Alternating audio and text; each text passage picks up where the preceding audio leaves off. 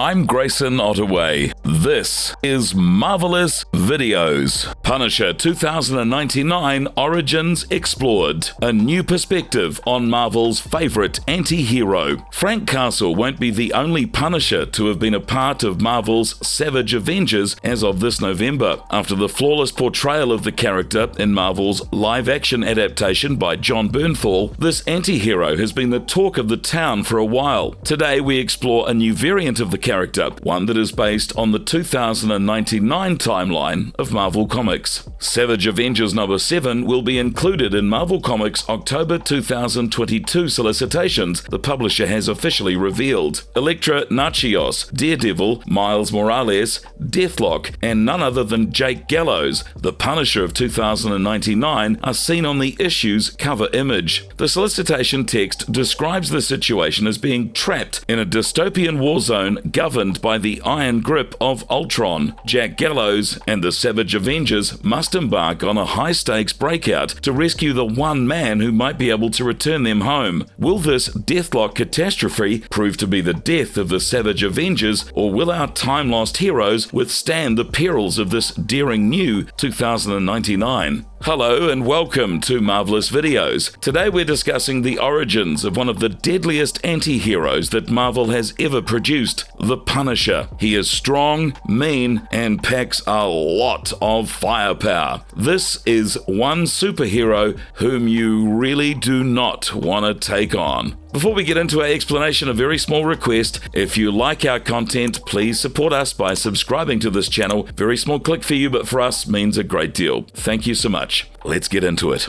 Publisher 2099 Tragic Origins. In comic issue number 1 of Punisher 2099, Punisher first appears in his new avatar, sending a gang of goons running for their life. A quick weapon check on him quickly reveals that he is indeed packing quite the punch. High-density plasto armor, 54 caliber Magnum, 48 Stark Street pacifier, Grenazars with smart targeting standards, turbo kick boots, and a power rod that can change its density to suit the user's needs. This is an ensemble suitable for a one-man fighting machine. After disposing of a goon with one single bullet, declaring that he is the Supreme, the comic shifts its focus to the intelligence agency, which had been having a hard time tracking this menace. His face is always overlaid with a skull insignia in all of the security footage, which has led the cops to their wits' end. We get a glimpse of how Punisher has been laying waste to bad guys, even the ones that have already been convicted with life sentences. It's not good enough for the Punisher, of course, because where is the fun if you don't get to use your plasma cannon on a few of them? In one instance, he even threatens to burn his victim alive in an extremely inhumane manner. Special Ops Agent Jack Gallows, watching the Punisher's actions on screen, exclaims that maybe the guy just wants justice, but he still has his eyes set on the Punisher as the horrific skull gleams brightly in the iris of the agent's eyes. The narrative then switches over to the memories of Jake Gallows when he lost his family to the rampage of Kron Stone. Begging to be killed himself, to his dismay, he is let go, but not without a cost. Along with his family, the agent lost both his legs in the skirmish. Kron is sentenced to a fine of $2.2 megadollars and a micro brain surgery. Much to the agent's dismay, he felt that this was barely enough punishment for him. In the aftermath, we see him in his dungeon as he ponders upon the legacy of the Punisher in writing, where he states, "You who find this, I charge you to carry on my work," and reveals that he was right all along and that now he himself has become the new Punisher. In issue 2, it is revealed that though Jake Gallows has been a member of the church, he still believes in revenge and not forgiveness. The readers get an inside look into the psyche of the character who has morphed into a killing machine who only strives for true justice. Around the same time, Kron has the scheme to attack a children's park, but the Punisher is there to foil his plans, much to his dismay. Kron exclaims how he should have gotten over killing his family by now, but the Punisher has already made his mind up to take the goons down. The children who have been playing on a grav field child are in terrible danger, and it becomes the hero's responsibility to save them. He quickly takes the help of his grav belt to rescue the kids and is back in business. Kron has come prepared with velo-repellent armor as he reveals how the corrective surgery for his antisocial behaviors never really took place. He is arrest-proof, blast-proof, bulletproof, punishment-proof. Although Kron escapes, the Punisher vows to track him down once again. Next, we see Fearmaster at his hideout as his generals report to him regarding crime rates. The criminal mastermind is on a mission to grow his criminal empire called Alchemax. Punisher, still under distress, reminiscing his loss, visits his weapons expert Matt for some serious upgrade to his arsenal. He's introduced to his patent bike, the HD Stealth Stinger, the ultimate police bike that was deemed to be too dangerous. With an 800-mile-an-hour top speed, it has enough weaponry to fight a small war, and also has the ability to override traffic systems and also to become invisible. With his newfound weaponry, the Punisher tracks Kron down and showers him with bullets. Unable to penetrate his armor, he takes to the old method and stabs him in the chest. As his nemesis lays lifeless on the ground, the Punisher declares how he has been able to avenge his family as Jake, but as the Punisher, his mission has only just begun.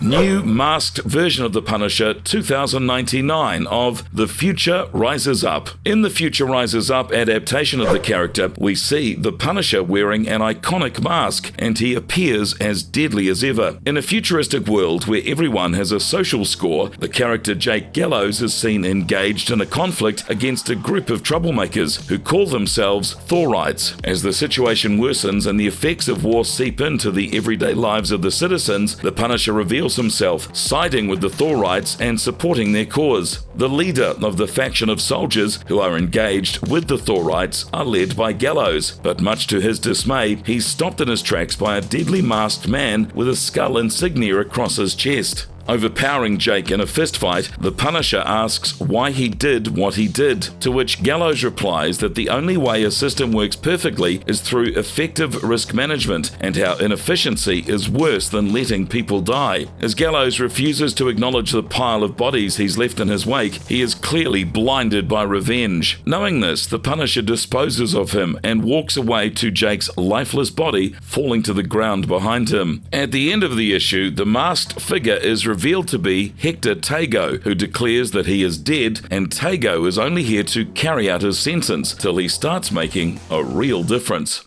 How does it all end? In Contest of Champions issue 10, we see Jake Gallows again as the Punisher. In order to select who would get to maintain the potent isosphere found in this world, the Elders of the Universe chose to participate in a Contest of Champions when they visited the ruins of the reality battle known as Battle Realm. The Grandmaster selected Punisher as his champion from among all the heroes in the multiverse. After several pitched bouts, Gallows and Maestro emerged as the winners. They volunteered to act as their right hands and start a new Contest of Champions for the Elders that they each represented, Grandmaster and the Collector, with ulterior reasons. As a result, Punisher and Maestro took on the role of their summoners and selected fresh fighters from the multiverse. Maestro and Punisher compromised their masters after the contest came to an end, and Collector realized that he had the bulk of the isosphere in his grasp. Maestro took control of the isosphere and established himself as the God King of Battle Realm. Gallows served as his right hand and the judge and warden of the competitors. Punisher started to dislike Maestro after understanding that he killed more for pleasure than for revenge. Eventually, Maestro made the decision to engage in direct combat with each of the competitors, including Punisher, knowing that Gallows had been preparing to harm him. Before the bout could start, one of the competitors, a reimagined Frank Castle, unceremoniously shot Gallows in the head because he didn't like him wearing the skull.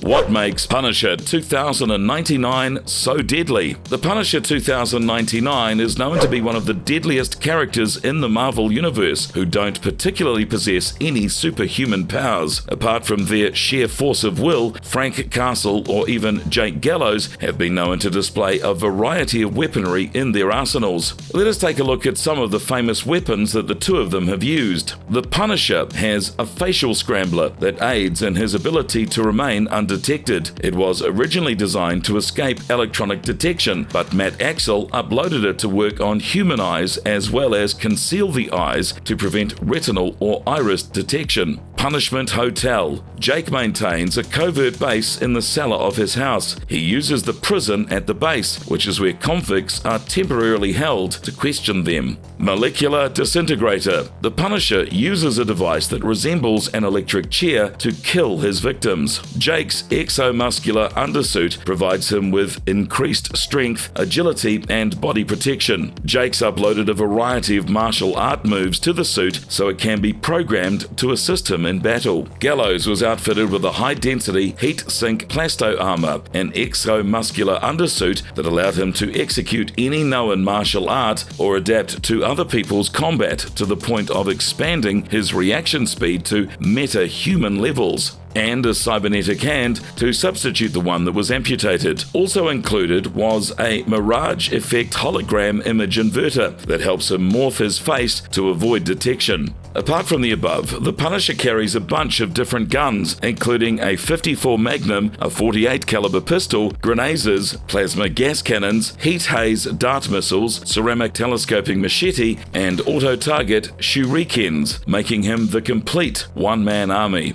From being one of the most feared anti-heroes to becoming a fan favorite after Marvel's live-action series, the Punisher remains one of the best examples of the consequences of society's evil. Even to this day, the character is extremely relatable to his fans and can be one of the expected additions to the MCU continuity. That being said, fans of the comics may expect to see the character again very soon, as Savage Avengers #7 will be included in Marvel Comics October 2022 solicitations. Let us know in the comments below if you'd like to see the Punisher again on the big screen, and who do you think should be his adversary. And again, if you like our content, don't forget to leave a like and please subscribe to us if you haven't already. Have a superb one. Be safe. Thank you so much.